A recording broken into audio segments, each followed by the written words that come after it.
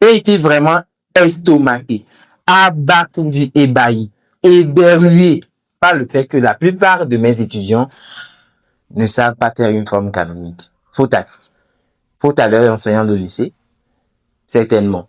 Parce que la plupart d'entre eux ont bûché une formule absconse et touffue pour faire une forme canonique. Alors que nul besoin de bûcher de formule pour faire une formule canonique, mais soyons sérieux.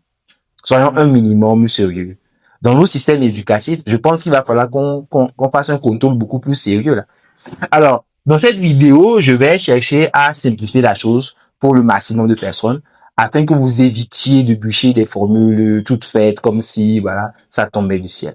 Alors, vous savez faire une forme canonique, à la base, c'est very simple. Alors, qu'est-ce qu'on cherche à faire, effectivement? Dans l'expression de P de X, ok? Il y a X et il y a X. Il y a X deux fois. Il y a X deux fois. Mais quand vous voulez résoudre une équation, là, j'essaie de vous expliquer l'utilité de la formule canonique. Parce qu'on enseigne ça sans jamais expliquer, voilà, quelle est forcément l'utilité de la chose. Alors, il y a X deux fois. Mais pour résoudre une équation, on a envie d'avoir X une seule fois. Avoir X une seule fois est toujours plus facile. OK? Alors, c'est ce qu'on va chercher à faire. Comment réécrire cette expression, OK, en ayant juste X une seule fois dans l'écriture? Alors, ce qu'on fait, c'est vraiment majestueux, magistral. OK? Au lieu de s'intéresser à X carré plus 8X plus 3, on s'intéresse uniquement à la partie X carré plus 8X. Alors, je prends la partie X au carré plus 8X. Et je me pose une question simple. Parmi les formules remarquables que j'ai eu à apprendre en classe de troisième, laquelle me permet, en fait, d'avoir X carré plus 8X. Du moins, le début de cela. Le début. Retenez ça, le début. Alors, ce qu'on fait, c'est quoi? Je pense à la formule A plus B le tout au carré, qui est égal à A carré plus 2AB plus B carré.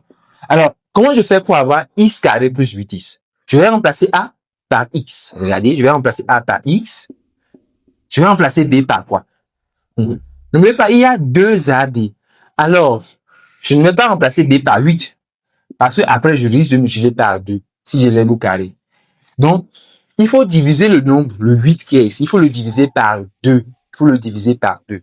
Il faut plutôt mettre X plus 4 le tout au carré. Comme ça, quand vous faites le développement, vous obtenez quoi? Vous obtenez X au carré, donc 2AB. Vous voyez que j'ai donc plus 8X. J'ai le début du développement. Et ensuite, j'ajoute quoi? Plus 16.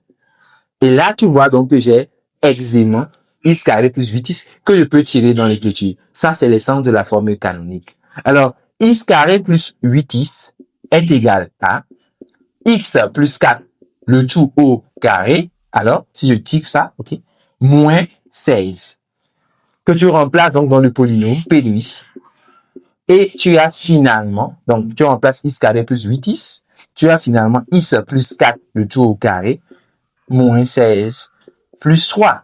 Ce qui fait donc X plus 4, le tout au carré, moins 16 plus 3 qui fait moins 13. Avec cela, tu peux donc résoudre l'équation P de X égale à 0. Et c'est de là que naissent les formules comme la formule du discriminant qui vous permet de résoudre les équations du second degré. Donc, nul besoin de bûcher une formule absconse, touffue. La forme canonique, elle est très simple. Et en général, la plupart des choses qu'on vous enseigne en mathématiques que vous n'arrivez pas à comprendre, ok, c'est parce que on ne vous les a pas bien exposées, bien expliquées. Sinon, en réalité, ce sont des choses très simples. C'est ce que je cherche à faire chaque jour dans mes groupes d'accompagnement, que ce soit à l'université de Lomé, à l'université Cheikh Anta Diop, ou à travers mes accompagnements personnalisés en France, au Canada, en Russie, un peu partout dans le monde. N'hésite pas à me contacter pour pouvoir bénéficier de ces accompagnements. Les ovistes, la zone des sciences.